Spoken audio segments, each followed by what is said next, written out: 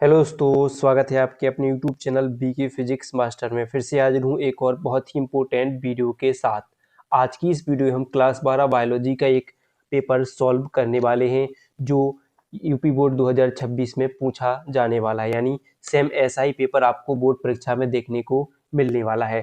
तो इस पेपर को जरूर सॉल्व कीजिए, क्योंकि इसमें मैंने वे प्रश्नों को रखा है जो अभी तक बोर्ड परीक्षा में सबसे ज़्यादा पूछे गए, यानी पिछली साल जितने भी पेपर पूछे गए थे और जितनी पेपर सेट बने थे बायोलॉजी के, उन सभी से उन प्रश्नों को मैंने इस पेपर में रखा हुआ है जो पूछे गए थे। तो बहुत ही महत्वपूर्ण पेपर है, इसको सॉल्व जरूर कीजिएगा। देखिए, बहुत कम समय बचा है आपको, जितना हो सके पिछले साल के पेपरों को सॉल्व कीजिएगा और आगे जो आपके पास अनसॉल्व पेपर हों उनको सॉल्व कीजिएगा, क्योंकि जितना पेपर लगाओगे उतना आपकी तैयारी बेहतर होगी। यानी एक तो आपको लिखने में एक लिखने की अच्छी खासी आदत बन जाएगी, 3 घंटे में आप पेपर को सॉल्व कर पा रहे हो या नहीं कर पा रहे हो, और साथ ही आपको इनमें वे प्रश्न मिल जाते हैं जो आपने शायद नहीं देखे हो, तो इससे आपको एक आइडिया हो जाता है कि किस तरीके का पेपर बनता है।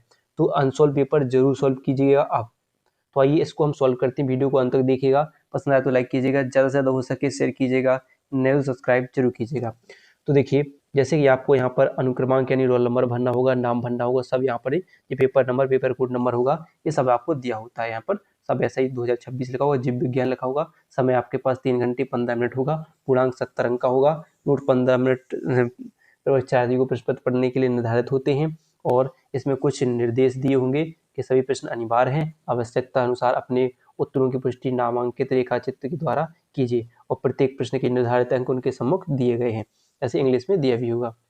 फिर देखिए, यहाँ पर होगा आपका बहुविकल्पीय प्रश्न चालू होंगे, और प्रत्येक प्रश्न 1 अंक के होंगे। क्या है? सही विकल्प चुनकर अपनी उत्तर पुस्तिका में लिखिए। पहला प्रश्न है, काव आनुवांशिकी शब्द का प्रयोग सर्वप्रथम किसने किया? 4 ऑप्शन होंगे, मॉर्गन ने, जॉनसन ने, और आइए देखते हैं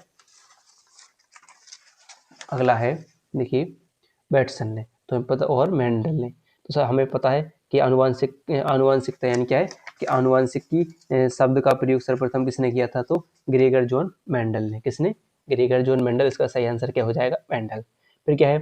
टाइफाइड के रोग जनक का नाम लिखिए। तो क्या है? एस्केरिसिस, साल्मोनेला, प्लाज्मोडियम और अमीबा। तो सही आंसर होगा साल्मोनेला, यानी साल्मोनेला टाइफी द्वारा टाइफाइड रोग को फैला जाता है। इसके लिए परीक्षण की बात करें तो बिडाइल टेस्ट कराया जाता है। कौन सा?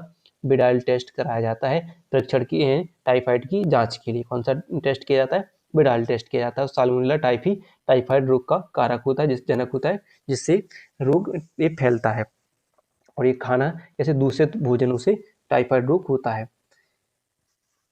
भ्रूणपोष की कोशिकाएं होती हैं आगुणित, द्विगुणित, त्रिगुणित या चौगुणित? तो सही होगा कौन सी? त्रिगुणित। क्या होती है? त्रिगुणित। अपने द्वि निषेचन पढ़ा होगा। जब जब एक आगुणित युग्मज ध्रुवीय केंद्रक से निषेचन करता है तो क्या करना है? वो द्विगुणित होता है, वही आगुणित होता है। ये दोनों बन के क्या बनाते हैं? त्रिगुणित। और क्या किसका निर्माण करते हैं? भ्रूणपोष का निर्माण करते हैं। भ्रूण का निर्माण क्या करता है? द्विगुणित युग्मज, यानी एक आगुणित युग्मज अंडप से निषेचन करके आगुणित युग्मज बनाता है। ठीक है, तो इस प्रकार आप इसको लिख सकते हो। फिर देखिए अगला है, डीएनए का रासायनिक चाकू क्या है? तो एंडोन्यूक्लियेज, पॉलीमरेज, लाइगेज या ट्रांसमिटेज क्या होता है? तो इसका सही आंसर क्या हो जाएगा आपका? जो एंडोन्यूक्लियेज एंजाइम होता है, जो डीएनए को विभिन्न खंडों में तोड़ने का काम करता है, और लाइगेज जोड़ने का काम करता है। इन दोनों को ध्यान रखना है। ठीक है, ये हो जाता है। फिर आते हैं आपके यहाँ से अति लघु प्रश्न, जो भी 1 अंक के होंगे प्रत्येक प्रश्न, और आपसे 5 प्रश्न पूछे जाएंगे। का प्रश्न का है, बायोपायरेसी क्या है? तो आइए इसका हमने थोड़ा आंसर लिख कर रखा है, जिसको आपको अच्छे समझाते हैं। क्या है बायोपायरेसी?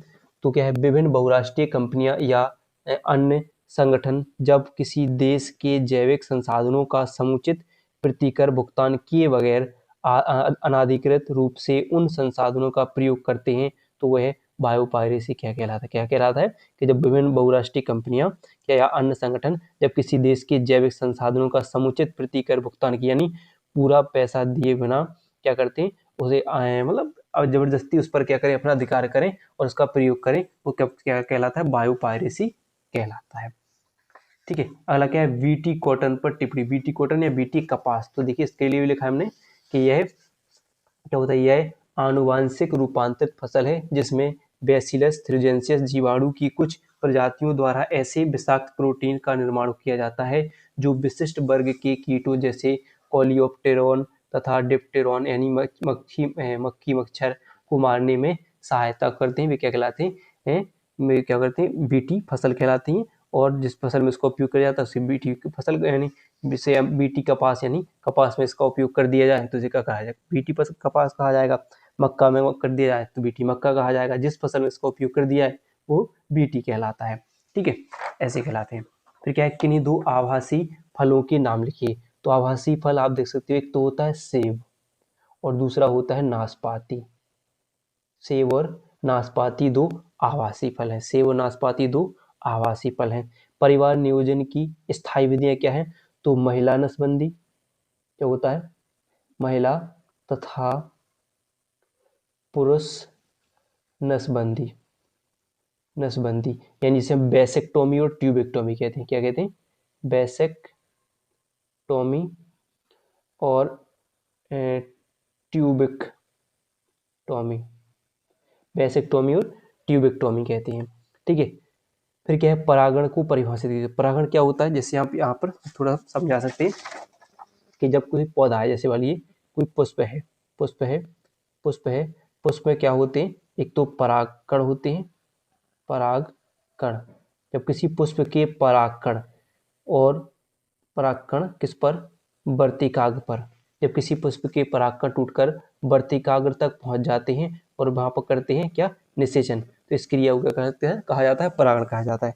जब किसी पुष्प के परागकणों का टूटकर वर्तिकाग्र पर गिरने या वर्तिकाग्र तक पहुंचने की क्रिया को क्या कहते हैं? परागण कहते हैं। याद रहेगा कि नहीं? कि जब किसी पुष्प के परागकणों का टूटकर वर्तिकाग्र पर गिरने या पहुंचने की क्रिया को क्या कहा जाता है? परागण कहते हैं। परागण दो प्रकार का होता है, स्वपरागण और परपरागण। अगर जैसे स्वपरागण की बात करें तो एक ही पुष्प के परागकण टूटकर उसी पुष्प के वर्तिकाग्र पर पहुंच जाए तो वो क्या है? स्वपरागण। और एक पुष्प के परागकण उसी जाति के किसी दूसरे पुष्प पर पहुंच जाए तो क्या कहलाता है? परपरागण कहलाता है। दो प्रकार का परागण होता है। ठीक है, तो ये हो जाते हमारे जो एक एक नंबर के प्रश्न होते हैं। अब आता है आपको लघु उत्तरीय फर्स्ट, जो प्रत्येक प्रश्न 2 अंक का होगा। इसमें पहला प्रश्न है तप्त स्थल पर टिप्पणी यानी हॉट स्पॉट पर टिप्पणी लिखने के लिए आएगा। हॉट स्पॉट क्या होता है? तो आइए इसको हम समझते हैं। हॉट स्पॉट या तप्त स्थल क्या होते हैं? तो क्या होता है तप्त स्थल? यहाँ पर देख सकते हैं, तप्त स्थल स्वस्थानीय संरक्षण के लिए क्षेत्रों की प्राथमिकता को वियुक्त करने के लिए नॉर्मन मेयर ने तप्त स्थल प्रणाली को सन 1918 में विकसित किया था। तप्त स्थल पृथ्वी पर पाए जाने वाले पृथ्वी पर पादप या जंतु की दुर्लभ प्रजातियों की घनी आबादी के क्षेत्र हैं। सर्वप्रथम 25 जैविक विविधता तप्त स्थल चिन्हित किए गए थे और तत्पश्चात इस सूची में 9 तप्त स्थल और सम्मिलित किए गए हैं। अब संसार में कुल 34 जैव विविधता तप्त स्थल है। यानी ऐसा होता है, आप सोचते हैं सीधी सी बात कि वह स्थान जहाँ पर जो क्या होता है कि लुप्त हो रही प्रजातियों को रखा जाता है संरक्षित करके या उनको रखा जाता है इकट्ठा ही जगह पर, तो वह स्थान क्या कहलाता है? तप्त स्थल कहा जाता है। जहाँ पर लुप्त होने वाली यानी कोई जाति है जो लुप्त होने का जिन पर खतरा है या लुप्त हो रही हो तो उनको एक जगह पर संरक्षित करना यानी इकट्ठा करने का कहलाता है तप्त स्थल। और संसार में अभी तक ऐसे कितने तप्त स्थल हैं? 34 तप्त स्थल है, यानी जैव विविधता तप्त स्थल है। फिर प्रश्न है पक्षियों में लिंग निर्धारण कीजिए। तो आइए समझते हैं पक्षियों में लिंग निर्धारण कैसे किया जाता है। तो देखिए, पक्षियों में लिंग निर्धारण इसमें WZ विधि प्रयोग में लाई जाती है। मादा पक्षी में Z तथा W गुणसूत्र होते हैं जबकि नर पक्षी में केवल Z गुणसूत्र होते हैं। W गुणसूत्र का क्या होता है? इसमें अभाव होता है यानी नहीं पाए जाते हैं। फिर क्या होता है? विधि कैसी होती है कि लिंग निर्धारण में यह विधि पक्षियों तथा कुछ मछलियों में पाई जाती है। यह विधि XY विधि के समान ही होती है किंतु इसमें नर जंतु में लिंग गुणसूत्र ZZ होते हैं और मादा जंतु में लिंग गुणसूत्र क्या होते हैं? असमान, यानी एक W और एक Z होते हैं। इस प्रकार मादा में 2 प्रकार के आगुण अंडाणु बनते हैं और संतान का लिंग निर्धारण अंडाणु से होता है। तो देखिए कैसे, तो यहाँ पर देखिए क्या करें कि जब मादा का अर्धसूत्री विभाजन करें यानी दोनों को अलग अलग करके देखें हम, W को इनको भी यहाँ पर Z को करें, जब इनमें लिंग निर्धारण किया जाता है तो मादा यानी देखिए W का क्रॉस Z से कराएं तो क्या होगा? WZ होगा और XZ का Z से कराएं ZZ होगा, यानी संतान क्या होगी, जो मादा भी हो सकती है और नर भी हो सकती है, दोनों 50-50% हो जाते हैं। ठीक है, तो ये हो जाता है पक्षियों में लिंग निर्धारण। फिर क्या है देखिए अगला कि खाद्य श्रृंखला पर टिप्पणी, सॉरी प्रतिरक्षा क्या है, सॉरी क्या है प्रतिरक्षा। तो प्रतिरक्षा ये देख लेते हैं, प्रतिरक्षा क्या है। तो देखिए प्रतिरक्षा, सॉरी क्या हो गया, देख सकते हैं प्रतिरक्षा क्या है।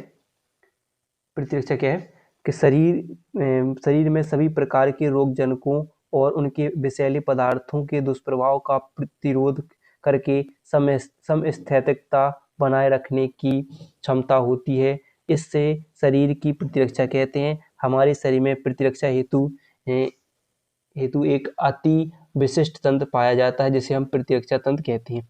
प्रतिरक्षा तंत्र में उन सभी अंगों या कोशिकाओं को शामिल किया जाता है जो देह यानी शरीर को सूक्ष्म जीवों या बाह्य पदार्थों के प्रति सुरक्षा प्रदान करती है। प्रतिरक्षा निम्नलिखित दो प्रकार की होती है, एक होती है अविशिष्ट प्रतिरक्षा और एक विशिष्ट प्रतिरक्षा। दो प्रकार की प्रतिरक्षा पाई जाती है। ठीक है, तो शरीर को रोगों से बचाने के लिए, रोगों से लड़ने के लिए जो तंत्र पाया जाता है शरीर में, वो प्रतिरक्षा तंत्र कहलाता है। फिर क्या है अगला, खाद्य श्रृंखला पर टिप्पणी। खाद्य श्रृंखला क्या होती है आइए देखते हैं। तो खाद्य श्रृंखला क्या होती है वो समझते हैं। जैवीय घटकों के अंतर्गत किसी पारितंत्र के विभिन्न जीवधारियों खाद्य पदार्थों के माध्यम से एक दूसरे से संबंधित रहते हैं। जीवधारी क्या होते हैं, जो जैविक घटकों के अंतर्गत किसी पारितंत्र के विभिन्न जीवधारी खाद्य पदार्थों के माध्यम से एक दूसरे से संबंधित रहते हैं। उत्पादों द्वारा बनाए गए कार्बनिक भोज्य पदार्थ उत्पादों से क्रमशः प्राथमिक श्रेणी के उपभोक्ता, द्वितीयक श्रेणी, द्वितीयक, तृतीयक एवं सर्वोच्च श्रेणी के उपभोक्ता प्राप्त होते हैं। भोज्य पदार्थों के रूप में ऊर्जा का प्रवाह एक ही दिशा में होता है। उत्पादक, प्राथमिक उपभोक्ता, द्वितीयक, तृतीयक एवं सर्वोच्च उपभोक्ता लाइन से चलता है। पहले क्या आते हैं, उत्पादक आते हैं, फिर प्राथमिक उपभोक्ता, फिर द्वितीयक, ऐसी बात करें एक श्रेणी में, फिर तृतीयक और फिर सर्वोच्च श्रेणी के उपभोक्ता आती हैं और अब घटक मिलकर एक खाद्य श्रृंखला बनाती हैं। सभी मिलकर क्या बनाती है, खाद्य श्रृंखला बनाती है, जिसे हम खाद्य श्रृंखला, खाद्य जाल श्रृंखला कहते हैं। फिर क्या होता है, उत्परिवर्तन को परिभाषित कीजिए। उत्परिवर्तन क्या होता है, तो अचानक होने वाले परिवर्तन क्या कहलाते हैं। उत्परिवर्तन ऐसे अचानक होने वाले परिवर्तन जो जीन्स में होता है तथा परिवर्तित लक्षणों को अगली संतति में ले जाता है, उत्परिवर्तन कहलाता है।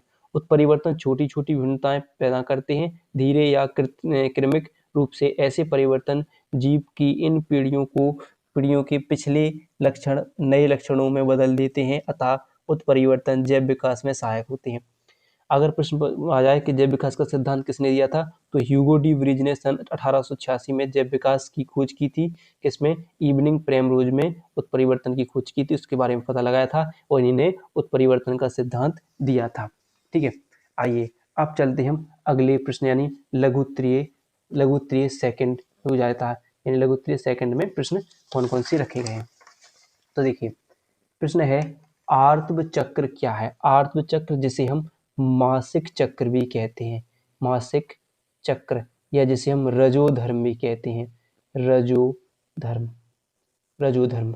ये प्रश्न पूछा जाता है स्त्रियों में एक समय के बाद, यानी ओब्लिक यानी जो अंडे का निकलना और उसका फूट जाना, जिससे ब्लड यानी खून निकलना, सब क्या किसके अंतर्गत आता है, मासिक धर्म के अंतर्गत आता है। यह मासिक धर्म उनमें जो कि 3 से 4 दिन चलता है और फिर 1 से 14 दिन तक चलता है। ठीक है, 14वें दिन एक जो अंडाणु का निश्चन होता है, निकलता है, और अगर उससे शुक्राणु का निश्चन होता है तो भ्रूण बनता है, यानी बच्चे का जन्म गर्भधारण होता है। ऐसे कि पात्र निश्चन, इसे हम IVF। आपको ये सब लिखना है, बहुत ही इंपॉर्टेंट प्रश्न है। देखो ये प्रश्न आर्तव चक्र को अच्छे से, तो मैंने थोड़ी अपने तरीके से बताया है, आप इसको पढ़ लेना, अच्छे तरीके से पढ़ लेना है। पर देखिए पात्र निश्चन की प्रक्रिया की व्याख्या यानी IVF, इसे हम क्या कहते हैं, परख नली शिशु भी कहते हैं। क्या कहते हैं, परख नली शिशु क्या है, और IVF तकनीक क्या है, जिसे क्या कहते हैं, परख नली शिशु भी कहा जाता है। तो इन विट्रो फर्टिलाइजेशन क्या कहा जाता है, इन वाइट्रो फर्टिलाइजेशन हो जाता है। जिसको फुल फॉर्म लिखने के लिए भी इसका जाता है, उसकी प्रक्रिया का वर्णन किया जाता है कि इसमें क्या होता है। आईवीएफ होता क्या है कि जब नर के शुक्राणु को तथा मादा के अंडाणु को उनके शरीर से बाहर निकालकर प्रयोगशाला में कृत्रिम रूप से निषेचन कराया जाता है, इसे हम पात्र निषेचन कहते हैं। इसकी फिर प्रक्रिया का आपको और भी आगे लिख लेना है कि मानव में लिंग निर्धारण का वर्णन कीजिए। तो आपको मानव में लिंग निर्धारण वेरी इंपॉर्टेंट है, एक जरूर आएगा, जैसे हमने पक्षियों में कर दिया और मानव में भी बताया हमने, और मधुमक्खी में भी आ सकता है। ठीक है, तो मनुष्य में कितनी 46 गुणसूत्र पाए जाते हैं, जिसमें 22 जोड़ी समान जोड़ी में बात करें तो 23 जोड़ी, जिसमें 22 जोड़ी समान होते हैं और एक जोड़ी भिन्न भिन्न होती हैं। तो जिनमें जिन्हें हम जो भिन्न होते हैं, एक जोड़ी भिन्न होते हैं, उन्हें हम लिंग गुणसूत्र कहते हैं। मनुष्य में इन्हीं के आधार पर लिंग निर्धारण किया जाता है, एक्स वाई, और यहाँ पर होता है एक्स एक्स गुणसूत्र होते हैं। नर में एक्स वाई और मादा में एक्स एक्स गुणसूत्र होते हैं। ठीक है, तो इन्हीं के आधार पर इनका फिर निश्चयन कराते हैं। तो 50% नर और 50% मादा का जन्म होता है। ठीक है, अपरा, अपरा या जिसे हम प्लेसेंटा भी कहते हैं, वेरी इंपॉर्टेंट प्रश्न है। अपरा या प्लेसेंटा क्या होता है कि जो गर्भ में पल रहा भ्रूण या अपरा या उसे गर्भ कहा जाता है, उसमें पल रहे भ्रूण को पोषण देने का कार्य करता है। इसके कारभार बताने हैं आपको क्या होता है, सबको लिखना है अच्छे से ही। फिर देखिए, लघु बीजाणुधानी की संरचना का वर्णन करना, सचित्र वर्णन वेरी इंपॉर्टेंट है।